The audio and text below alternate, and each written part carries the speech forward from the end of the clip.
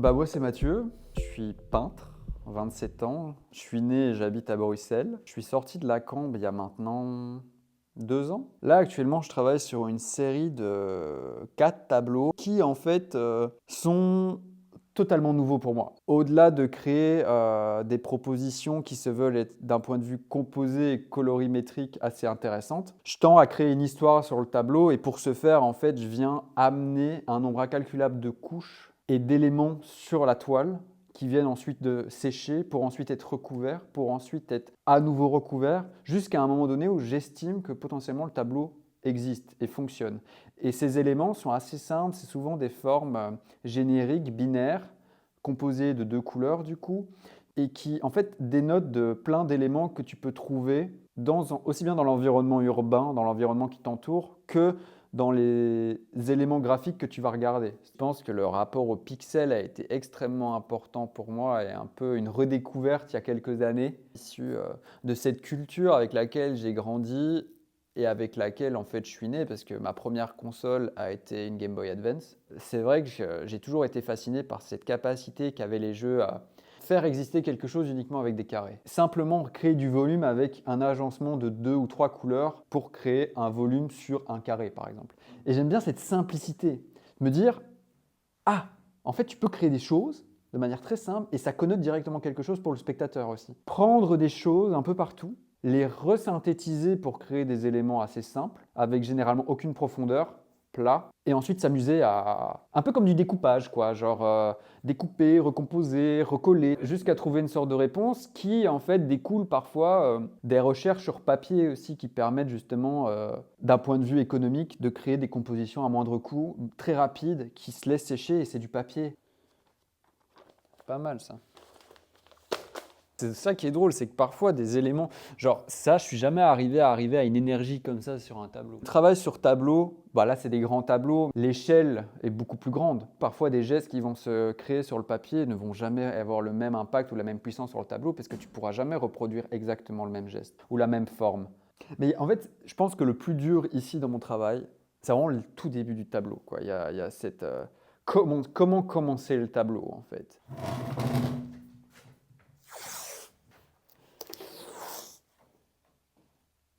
Je pense que mon premier rapport à la peinture date, je dirais, mon enfance. Il n'a pas été inné dans le sens où la peinture a été véritablement le dernier médium sur lequel je me suis intéressé plus tard. J'étais beaucoup plus intéressé par le dessin, par aussi le feutre, mais aussi juste par le fait de pouvoir esquisser, crayonner des choses. Et la peinture est venue bien plus tard parce que dans un sens, ça me faisait peur la peinture. En fait, la peinture, c'était quelque chose qui, dans un sens, quand tu n'y connais rien, tu es là, tu vas ta première fois dans un magasin, tu es confronté à type de toile, type de peinture, type de pinceau. Toi, tu comprends rien à rien. Un crayon, c'est simple, c'est un crayon. Tu sais à quoi ça sert. Et c'est ça peut-être qui m'a émerveillé aussi, c'est de me dire, waouh, en fait, tu peux tout faire avec la peinture. Par le fait que j'ai été intéressé par la peinture très tard, j'ai ressassé très vite quelque chose qui était inhérent à mon enfance, c'était le fait que mes parents m'interdisaient de peindre, non pas parce qu'ils ne voulaient pas que je peigne, ils avaient peur que je salisse tout. Bah, pour la faire courte, ouais, je mange, je dors, je bois peinture, quoi. Et tu vois, quand on parlait de composition colorée, il y a aussi ce petit livre. Je pense que tu l'as, tu vois.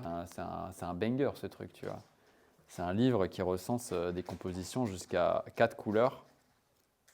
Et après, tu as tout des petites palettes comme ça que tu peux découper, c'est pas mal. Cette série a été très chouette parce qu'elle a été le point de départ de mon travail, vraiment à proprement dit. J'appelle ces peintures un peu des monolithes de trame, c'est-à-dire que ces peintures étaient très grandes, représentaient tout un éventail de trames architecturales que j'ai pris en photo, à l'époque en tout cas. Et toute cette diversité de trames et de division des supports m'ont permis de me dire « Ok, il y a quelque chose à faire avec tous ces éléments assez simples ». Et de là m'est venue l'idée de sursynthétiser ces éléments pour faire en sorte que ces éléments soient reproduisibles sur Illustrator. Et de ce fait, après, dès qu'il y a les motifs de dessiner, réfléchir à une palette colorée qui soit mise en place. Et du coup, pour cette série là, qui est composée de 4 tableaux, tout était défini sur ordinateur avant d'être peint sur le tableau. Et ça a été le point de départ, quoi.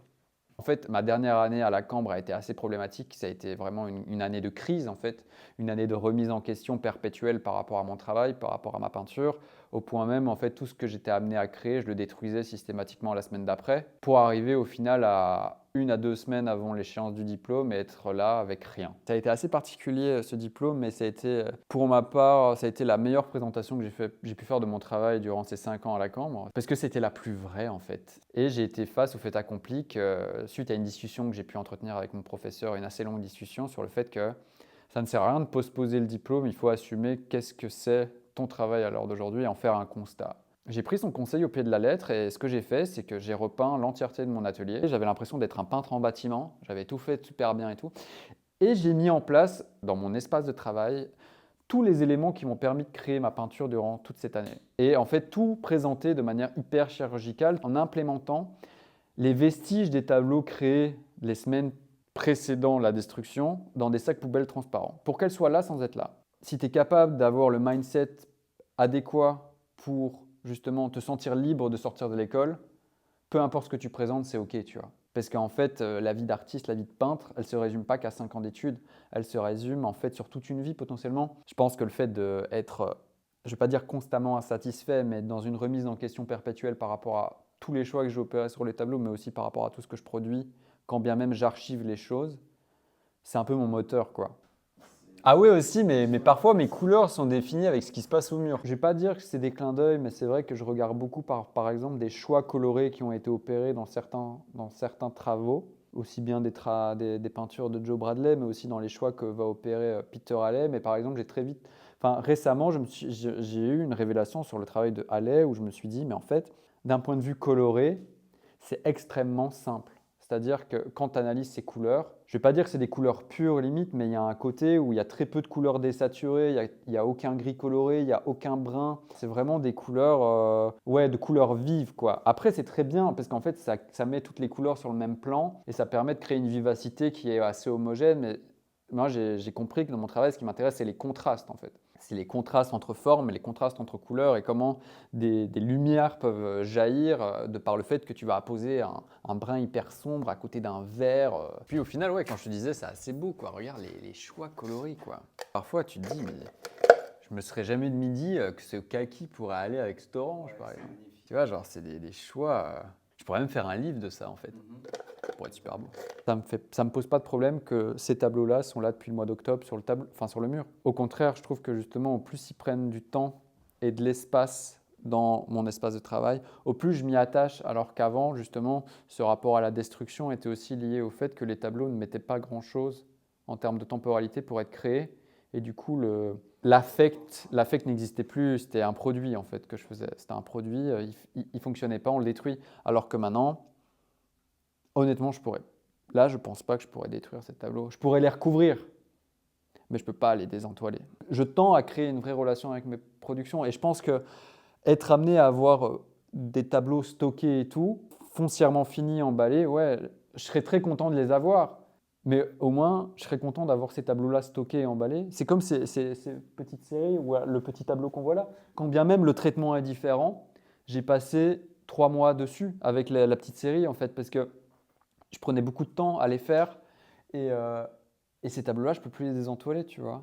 Je pense que le plus important, c'est être en paix avec soi-même et en paix avec son travail et être à même et à mesure de produire sans pour autant rechercher inexorablement une rentabilité derrière ta production, tant bien que tu es heureux par le fait de dépenser ton argent dans du matos. Si ça te fait chier d'acheter de la peinture et que tu es juste aigri parce que tu achètes de la peinture et que tu vends rien, dans ces cas-là, il faut peut-être revoir ta créativité ou revoir le fait de faire de la peinture, quoi.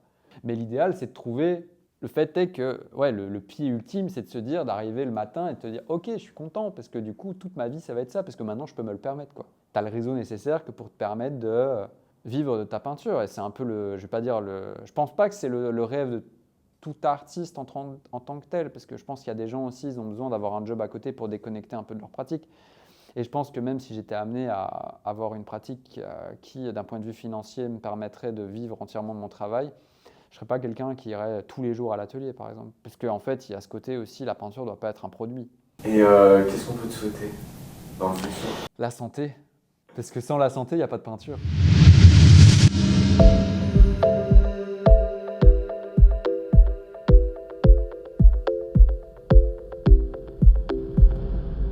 Jamais assez, toujours trop.